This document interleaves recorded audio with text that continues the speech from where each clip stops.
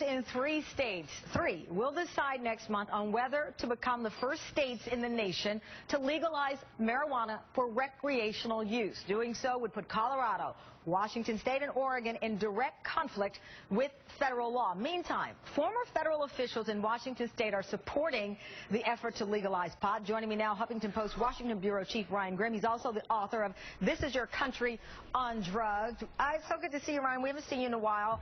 Good to be here. Okay, so this would put in conflict with federal law. We know that the DOJ hasn't come out strongly yet, and perhaps won't, on this, but we're at a credible point where you've got 3 states who could legalize pot for rec use. Sure, and they're being much smarter about it this time. You know, in 2010, it was the closest that a state ever came to legalizing marijuana, and that was when California went for it. But they got hammered by opponents toward the end of the election, where they said, look, if you pass this initiative, the roads are just going to be filled with zonked out stoners, and it's just going to be mayhem on the highways. So in Washington, they thought about that, and they put in an impairment standard so that cops can try to figure out if somebody's driving stoned or not. Also in Oregon, Colorado, and Washington, they earmarked the revenue to some to the general fund, but then also some to education and substance abuse things, and things that everybody supports. So these are much smarter initiatives, and it's smarter to run them in a presidential year when you have a lot of young people voting, rather than a midterm in 2010 where, you know, the elderly folks who come out are just strongly against it. Some of the latest polling shows 50% in Colorado and support legalizing pot for rec use, while 37% in Oregon support legalization. Ryan, again, you've studied this, you've written about it.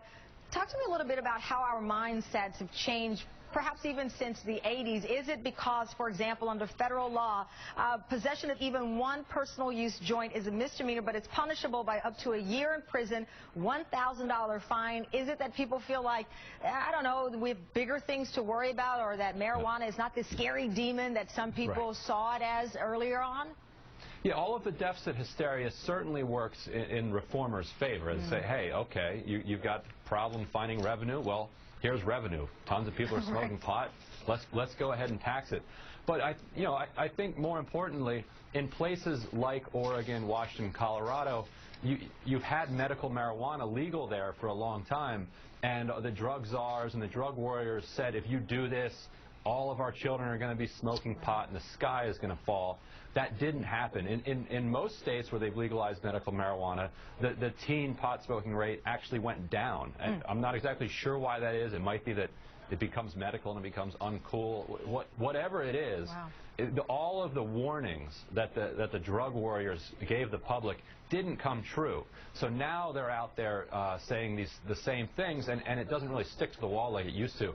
Actually, a bunch of former drug warriors had a conference call today in Colorado. They're coming out, former drug czars. They're coming out against the constitutional amendment out there.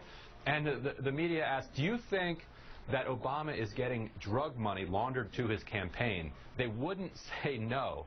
And Matt Sledger of Huffington Post was on the call, and he said, wait a minute, let me just follow up on that.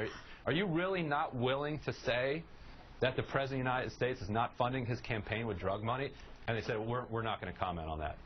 So they've kind of descended in this kind of desperation and hysteria. So, it might happen this time. If it does, I think it'll be Washington, and Colorado's second most likely. I think Oregon will probably fail. But if it doesn't happen this time, I think 2016 you'll see it a few places for sure. Okay, bizarre conference call, interesting topic. I guess that's one of those TBA moments in life. Thank you very much, Ryan Grimm.